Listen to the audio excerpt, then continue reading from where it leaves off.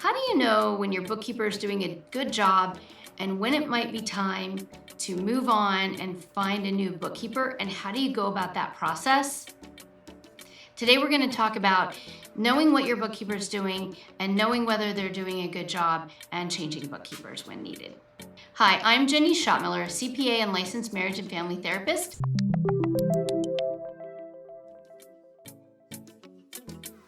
As a business owner, you might know that you don't have an accounting degree and that a bookkeeper is a person who could do that process for you, keep your books in order, make sure that you're ready for taxes. The first is that not all bookkeepers are accountants. Someone can be a bookkeeper with no background in it, no education, no accounting degree, and not actually be an accountant, because all you need to be a bookkeeper is to learn how to use a particular bookkeeping software. And while there's a little bit more to bookkeeping than just categorizing your transactions, there are times where something goes wrong, something is a little weird or unusual or different, like capitalizing an asset or recording depreciation, and if you have like multiple loans, it can get complicated. It can be very good to have someone who's there in your corner helping do your books. But what's really important is that when you outsource this task to someone else, you are their supervisor.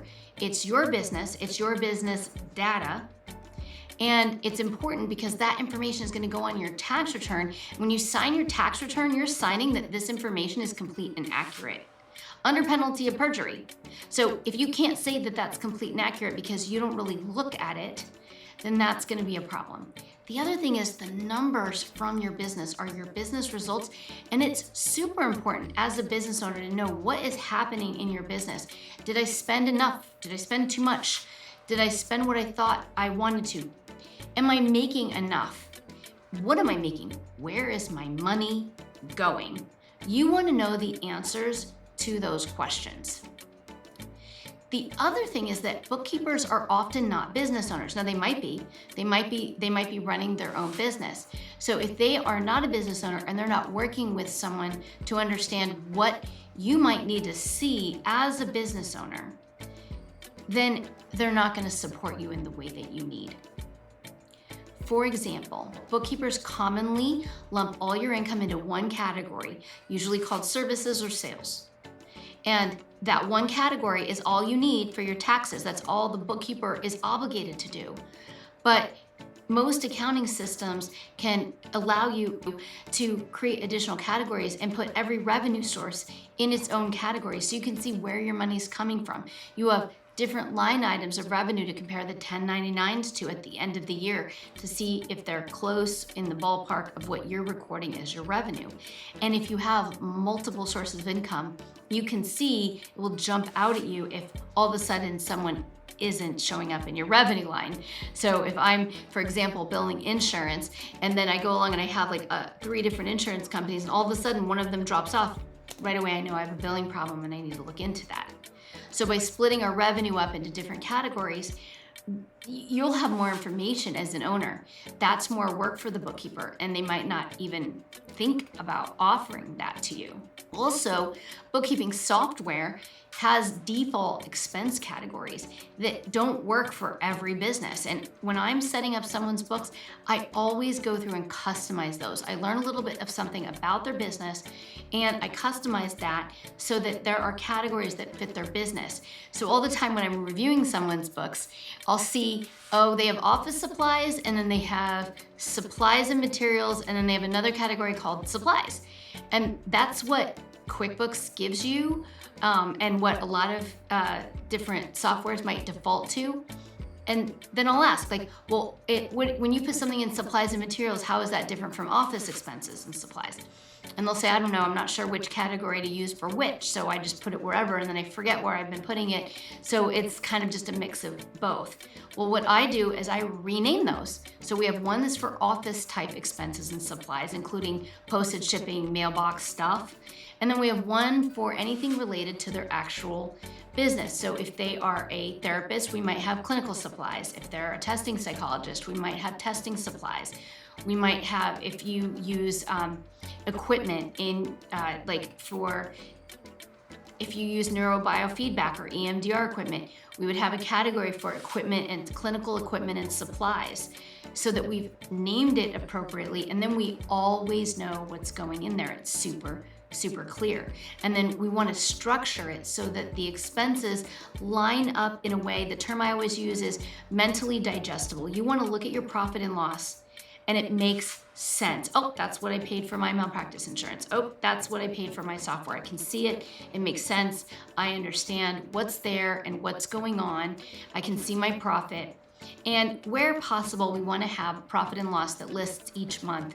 You need to look at that profit and loss each month so that smaller numbers will show errors more likely. The smaller numbers are more likely to show errors. So if I just have like a total for the whole year, even the quarter, and something's missing, I won't necessarily see it. But if I see January, February, March, all the way across the page, or I'm at least looking at each month, then when all of a sudden there's a recurring expense that's not there, it's gonna pop out at me and I'm gonna see it. There are a few other things that you need to do to be able to check that the books are being done correctly. One, you're the one, if you're a solo person or if you have a team, then you still know what they did. You're the one who saw those patients or clients or oversaw that work. You're the one that probably paid those bills or signed up for those services. So you want to make sure that the numbers on those pages look good on your profit and loss and on your balance sheet, that makes sense. There's not an account on your balance sheet that you never opened, that something got stuck in that category and it's not even really a bank account. You want to be able to look at those reports, navigate those reports, understand how they work.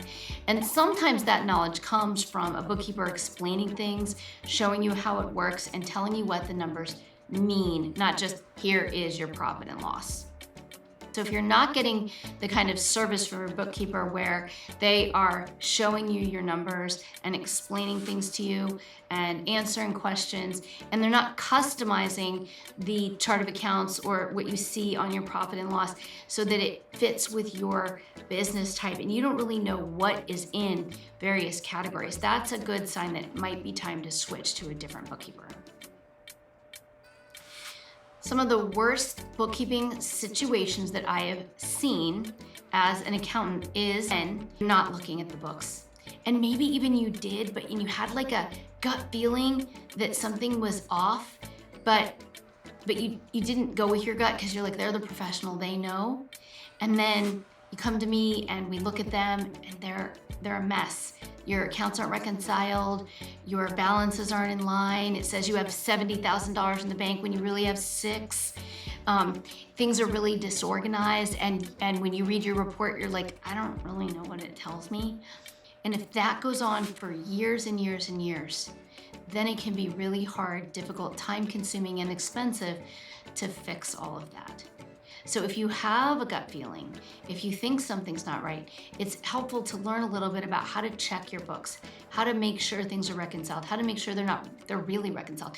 Bookkeepers have a bad reputation for reconciling, but it didn't really reconcile, meaning like I clicked the box that I reconciled, but my balances didn't match in there at all.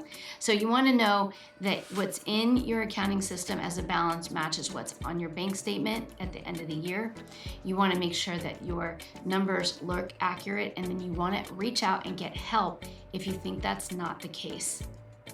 The last thing that I think is very important about you as a business owner and your bookkeeping is make sure you own the bookkeeping system or the access to the system. You're not going to create your own software, but like if you have your bookkeeper sign up for the subscription to the accounting software and they add you as a user, then they can take you out and you can't take them out.